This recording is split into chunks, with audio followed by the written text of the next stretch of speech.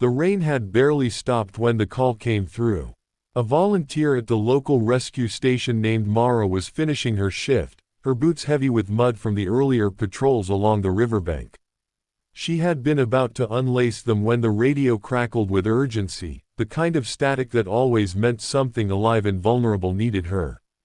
3 different reports had come in, all within hours of one another, and all from different corners of the county.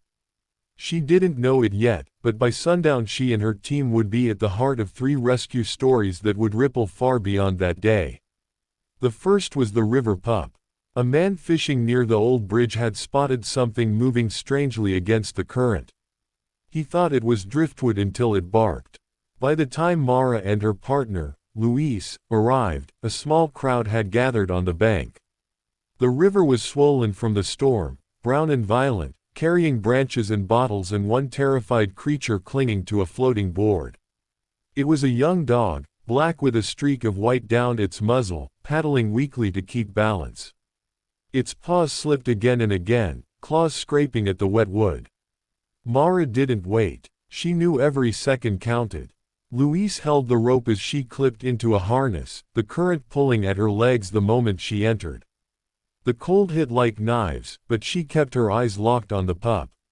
"Easy, sweetheart. Hold on." The dog's ears twitched, though its eyes were glazed with exhaustion. Another surge of water slammed against the board, spinning it sideways. Mara lunged, heart thundering, and caught the scruff of its neck just as the makeshift raft splintered away. The dog let out a strangled whine, limp in her grasp. The crowd erupted in cheers when they emerged on the bank, both soaked and shivering, but alive. Luis wrapped the pup in a blanket from the truck. "He's got fight," he said softly, rubbing the dog's back.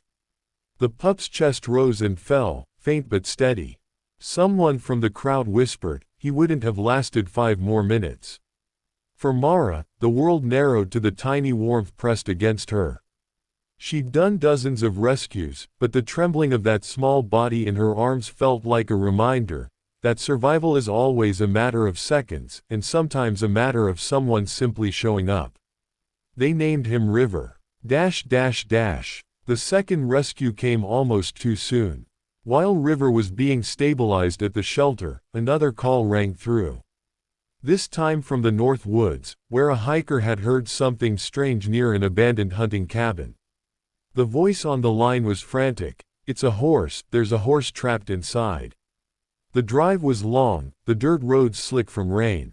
By the time Mara, Luis, and 2 other volunteers arrived, dusk had begun staining the sky with purple. They could hear the sounds even before they saw the cabin, a heavy, panicked thudding, the unmistakable crash of hooves against wood. The building looked like it hadn't been touched in decades, its roof sagging, vines choking its walls. Through a broken slat, 2 wild, liquid eyes stared out. The mare was trapped between a fallen beam and the back wall. Somehow, she had wandered in during the storm, maybe seeking shelter, only to be pinned when the ceiling partially collapsed. Her flank was scraped raw, and sweat had darkened her chestnut coat. She threw her head, neighing so sharply that Mara felt it in her bones. Getting close wasn't easy. Horses in panic can kill without meaning to. The team worked silently, methodically. Luis spoke low and steady, keeping her attention, while Mara and the others braced the rotted beam with poles. Every creak threatened to bring the whole cabin down. The smell of dust and animal fear filled the air. Mara remembered something her grandmother once told her about horses, that they see trust before they feel it. She inched forward, hands open, murmuring nonsense words in a soft rhythm. The mare's ears flicked, nostrils flaring. For a long moment, everything hung still, the only sound the mare's labored breathing. Then, with a trembling sigh, the horse allowed Mara's palm to rest against her neck. It took nearly an hour of maneuvering, lifting, and coaxing before the mare staggered free of the cabin. When the final beam gave way, collapsing behind them, the sound echoed like a closing chapter. The horse stood in the open air at last, trembling but unbroken, and when Mara let go of the rope, she didn't bolt. She just stood, head lowered against Mara's shoulder as though she understood something had shifted. The hiker who had called them was crying openly, murmuring, "I thought she was done for." They named her Ember, for the way her coat caught the fading light like fire refusing to go out.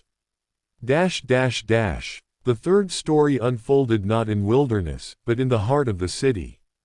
It was past midnight when the shelter's phone rang again. This time it was the fire department. A stray cat had been reported inside a construction site downtown, meowing frantically from somewhere high above the ground.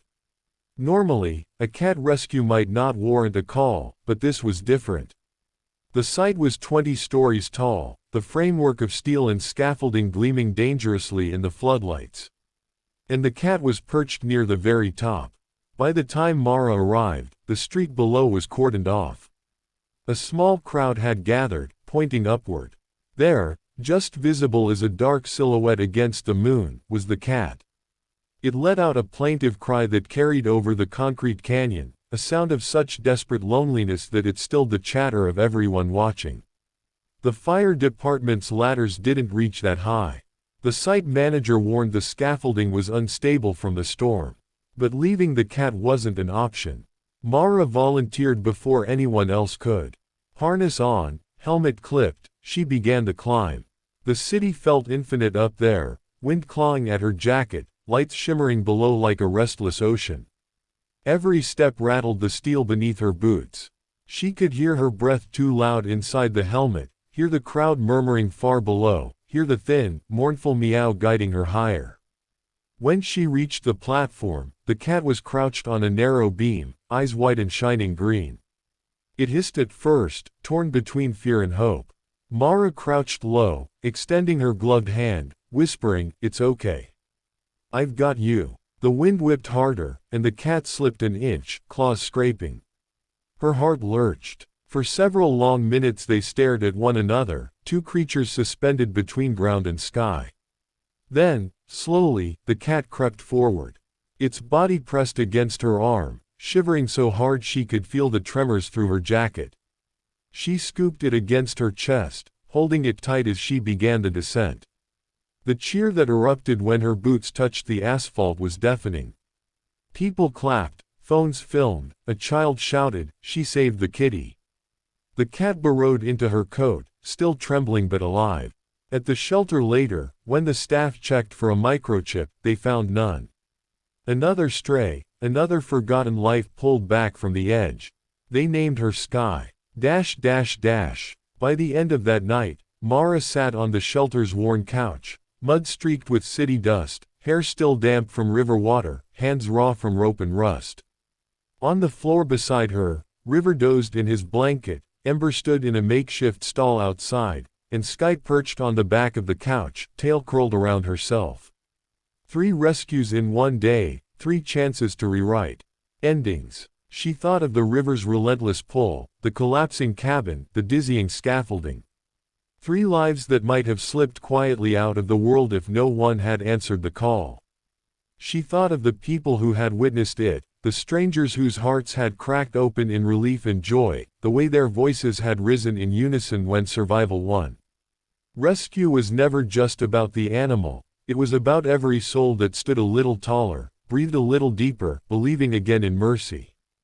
And though she would never say it aloud, Mara knew that in saving them, she too had been saved. Because each story reminded her that the world, harsh as it could be, was still threaded with moments where compassion tipped the balance. Where hands reached out, and paws, hooves, and claws clung back.